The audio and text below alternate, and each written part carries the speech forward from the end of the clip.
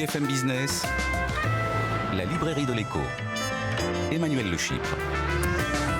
On se retrouve pour la deuxième partie de cette librairie de l'écho. Nous la clôturerons comme de coutume avec nos chroniqueurs Benaouda Abdedaïm, notre globetrotter, et Marjorie Adelson, notre bibliothécaire du jour. Mais tout de suite, on retrouve nos critiques attitrés. À ma gauche, Christian Chavagneux, éditorialiste à alternativeéconomique.fr.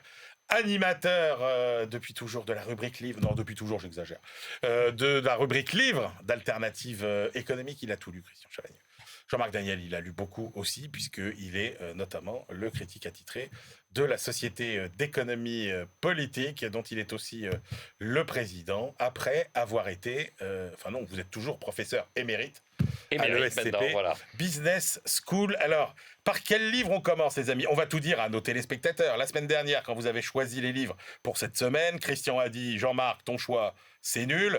Et Jean-Marc a dit à Christian, ton choix, c'est pas de l'économie. Donc, je sais pas. Allez, on commence par votre choix, Christian Chavagneux. Une brève histoire du droit d'auteur par Jean-Baptiste Rendu et Richard Robert chez Flammarion. Il ne faut pas tout dire sur ce qu'on dit. Mais si, c'est intéressant de faire partager. Mais si, bien sûr que si. Et puis on va vérifier si on et on va voir. Et en gros, est-ce que Christian va vraiment penser que le choix de Jean-Marc était pas bon ? Et est-ce que Jean-Marc a changé d'avis sur le choix de Christian ?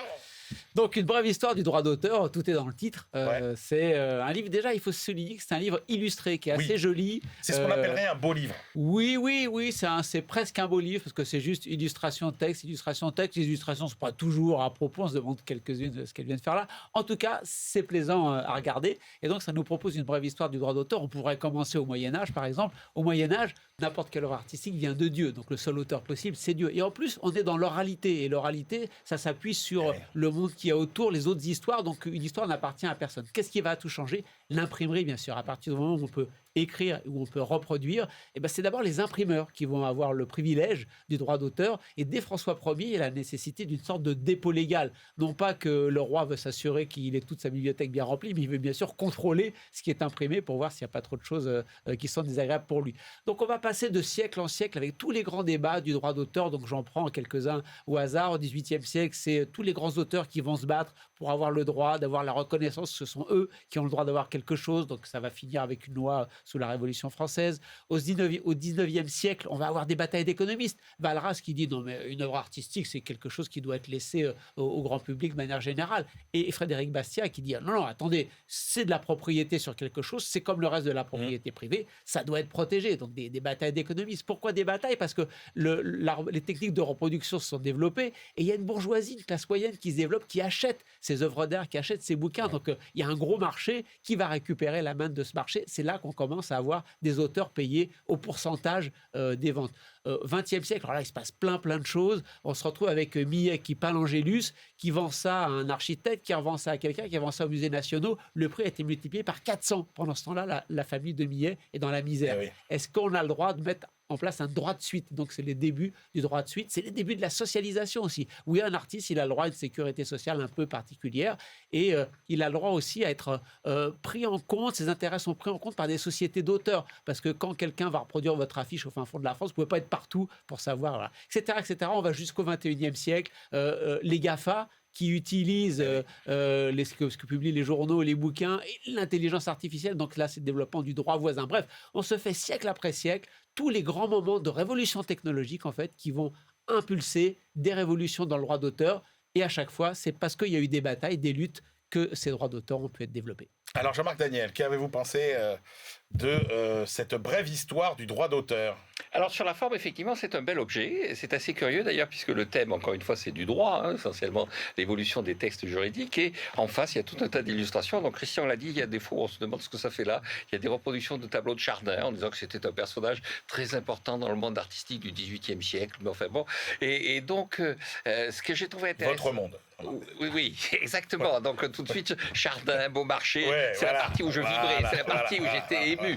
Mais après, effectivement, on passe au 19e puis au 20e siècle. Ce qui est intéressant, c'est effectivement ce que montrent bien les auteurs, ou l'auteur d'ailleurs, c'est le fait qu'au fur et à mesure que le temps passe et que la technologie évolue, la notion d'art, de production artistique, de production d'œuvres évolue. On a parlé du Moyen-Âge où c'était essentiellement des productions quasiment, et Christian l'a dit, orales. Il y avait très peu de parchemins. Il commence même à l'époque romaine, et où il dit le plagiat, le mot plagiat, c'est purement simplement du vol, mais on a volé un texte, mais on en reste là, quoi. Il n'y a pas de véritable préoccupation parce qu'il n'y a pas de vrais enjeux.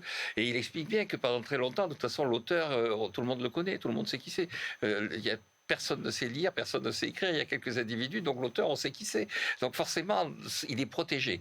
Et puis après, on arrive à des périodes où alors, il y a la peinture, il y a la sculpture, il y a le cinéma, il y a le théâtre. Oui. Alors la partie sur Beaumarchais, effectivement, est à la fois intéressante, assez connue. C'est lui qui est à l'origine de la Société des auteurs, mais tout ça est assez bien raconté. Mais à la fin, ça devient quand même assez confus. Il y a des analyses des textes, des différents textes, des lois de 57, de la loi. Et il faut véritablement être passionné par la matière juridique pour s'impliquer. Donc, c'est un beau livre avec un beau passage sur le XVIIIe siècle. Comment pourrait-il en être autrement, d'ailleurs, sur le XVIIIe siècle. Et ça nous éclaire un peu sur ce qui va se passer avec l'intelligence artificielle. Pas vraiment. Non, ça lève les enjeux, mais ça ne dit pas quelles sont les solutions. Pas vraiment. C'est juste que la bataille n'est pas terminée. Exactement, oui. Alors, juste une dernière remarque. À un moment donné, il parle de Vigny qui défend la fille de Michel Sedaine pour ses droits d'auteur. Et donc, Vigny dit, vous vous rendez compte, quand on est la fille d'un tel écrivain, d'un tel auteur dramatique, on a des droits. Qui c'est qui est encore Michel Sedaine? Quel droit ça crée, effectivement, d'être le descendant d'un certain nombre d'auteurs? Donc, il y a aussi des choses qui meurent d'elles-mêmes. C'est ça qui est intéressant. Mais il n'y a qu'une vérité, c'est la vérité du prix. Christian le dit, quand une œuvre vaut 400 fois plus cher. Oui, ça c'est une œuvre picturale, mais le théâtre de Michel Sedaine, maintenant... aux héritiers de faire valoir leur droit. Oui, il y a des droits qui meurent d'eux-mêmes. En fait, il n'y a pas que la loi. Ce que montre le texte aussi, c'est qu'il n'y a pas que la loi, quand même. Allez, on passe à votre choix. Jean-Marc Daniel, le livre de notre confrère Christophe Barbier, Peuple de colère. Oui, aux éditions Fayard. Peuple de colère, donc aux éditions Fayard, peuple au singulier et colère au pluriel. Alors le peuple en question, c'est la France, c'est le peuple français. Ce que dit bien d'ailleurs Christophe Barbier au début, c'est que dans tous les pays, il y a eu des révoltes, il y a eu des émeutes, il y a eu des mouvements d'insurrection, mais en France, il y a une sorte de permanence. C'est-à-dire, il y a des périodes extrêmement tendues en Angleterre, en Allemagne. En France, c'est pratiquement tout le temps. Et alors, il essaie de décrire ça sous forme de colère. Il dit quelles sont les origines de ces colères. Et d'abord, sur la forme, c'est remarquablement bien écrit. C'est-à-dire, c'est dans un français très pur. Il n'y a pas d'impacté. On est concerné, on n'est pas impacté. Les problèmes sont intérieurs, ils ne sont pas domestiques. Les solutions sont accessibles et pas atteignables. Enfin, c'est dans du français. Et donc là, je trouve ça extrêmement agréable. Bon, allez, et ensuite, le deuxième point, c'est qu'il évoque énormément d'événements qu'il essaie de classer. Il y a des révoltes fiscales, il y a des révoltes plus politiques, il y a des révoltes qui sont liées autour des paysans, les Jacques et tout ça. Donc, il fait une sorte de liste. C'est un peu une avalanche. On en reçoit beaucoup sur la tête. Et ce qui est intéressant, c'est la conclusion qu'il en tire. C'est-à-dire, il en tire une conclusion en disant d'abord que ça a assez peu débouché sur la révolte, a assez peu débouché sur des révolutions. Et même quand elle est arrivée à une révolution, comme en 1789 ou en 1848, à la fin, ça se termine par Thermidor puis Bonaparte en 1789, par Cavaignac puis de nouveau Bonaparte en 1851. Et donc, il dit finalement, le révolté est plutôt assez perdant. La deuxième chose qui m'intéresse, c'est que le révolté était violemment réprimé autrefois et on s'est civilisé. Maintenant, le révolté, même si on a dénoncé la façon dont avait été traité le mouvement des Gilets jaunes, il dit ça n'a rien à voir avec ce qu'on faisait sous Charles VI ou à l'époque la révolte des Lustucru ou des Pitot. Puis la troisième conclusion, ce qu'il dit, c'est que finalement la révolte, elle est noyée dans l'État-providence et Netflix, c'est-à-dire que et dans la société de loisirs. C'est-à-dire qu'on va continuer à avoir des révoltes, mais elles seront de plus en plus anodine, de plus en plus. Alors, donc, ça ne veut pas dire qu'il faut ignorer cette colère, mais ça veut dire que finalement, c'est un peu ritualisé, c'est pas aussi inquiétant que ce qu'on pourrait essayer de nous faire croire. Alors, c'est un livre très agréable à lire. C'est un livre qui aurait peut-être mérité, à mon avis, d'être aller un peu plus loin dans un certain nombre de détails ou dans un certain nombre de propositions. Christian Chavagneux, qu'avez-vous pensé de ce livre? Il faudra expliquer à Gabriel Attal que les révoltes des agriculteurs, il n'a pas besoin, c'est tout à fait anodin et qu'il peut regarder sa série Netflix. Ce sera intéressant que Christian Barbier lui explique. Déjà, il y a pas mal de trous dans la raquette. Et les révoltes contre l'esclavage du XVIIIe siècle et contre les puissances coloniales au XXe, mais elles ont marché, celles-là, tiens. Ça, c'est bizarre, mais il n'en parle pas, mais celles-là, elles ont marché. Les révoltes des jeunes contre la conscription sous l'Ancien Régime. Et mai 68. Quand même, dans les peuples de colère, mai 68, c'est un petit peu quand même, on aurait cru qu'on allait avoir un peu plus de temps pour mai 68. Jean-Marc l'a bien dit, l'auteur commence par nous dire pourquoi est-ce qu'il fait un livre sur les révoltes, parce que c'est dans l'ADN national.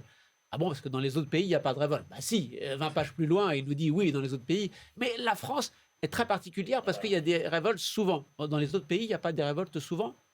Jean-Marc? Bah oui, comme vous dites, il faudra au moins qu'il nous... C'est ça, exactement. C'est une belle phrase, mais il faudra au moins qu'il nous le démontre. En 1848, il n'y a pas qu'en France que ça a explosé. Bon, mais il n'y a pas qu'en 1848. Et en 1789, ça avait commencé. Et voilà, donc est-ce que la continuité, je pense qu'il y en a aussi ailleurs. Donc c'est pas typiquement français. Mais passons, regardons ce que l'auteur nous dit sur la révolte. Là où je suis d'accord avec Jean-Marc, c'est quand il nous raconte certaines révoltes sur l'historique, c'est quand même une superbe plume. On est plongé dans les histoires et puis on suit l'histoire. Mais tout d'un coup, vous vous retrouvez avec une phrase comme quoi en France, il y a trop de congés payés, les 35 heures, c'est pas bien. Vous demandez ce que ça vient faire là. C'est dommage qu'il y ait ces petites ces phrases où l'auteur croit nous tirer des grandes leçons générales, alors qu'il se serait contenté de nous dire, je vais vous raconter, j'ai une belle plume, je vais vous raconter plein de révoltes françaises, à vous d'en tirer les conclusions, parce que là, franchement, les révoltes contre les impôts, par exemple, c'est un grand classique. On a l'impression que c'est des révoltes contre le niveau des impôts, mais c'est aussi des révoltes contre l'injustice fiscale. Quand l'auteur nous dit Louis XIV, il faisait payer ses rayons par ses sujets. Ben non, le problème c'est que tous les sujets ne payaient pas, et c'est les plus privilégiés qui ne les payaient pas. Donc les révoltes, c'est aussi les révoltes contre l'injustice fiscale, les révoltes contre la gabelle, mais c'est pas seulement le roi contre les producteurs de sel ou ceux qui vendaient le sel. Entre deux, il y avait des fermiers généraux qui détournaient un peu. C'est de manière étonnante.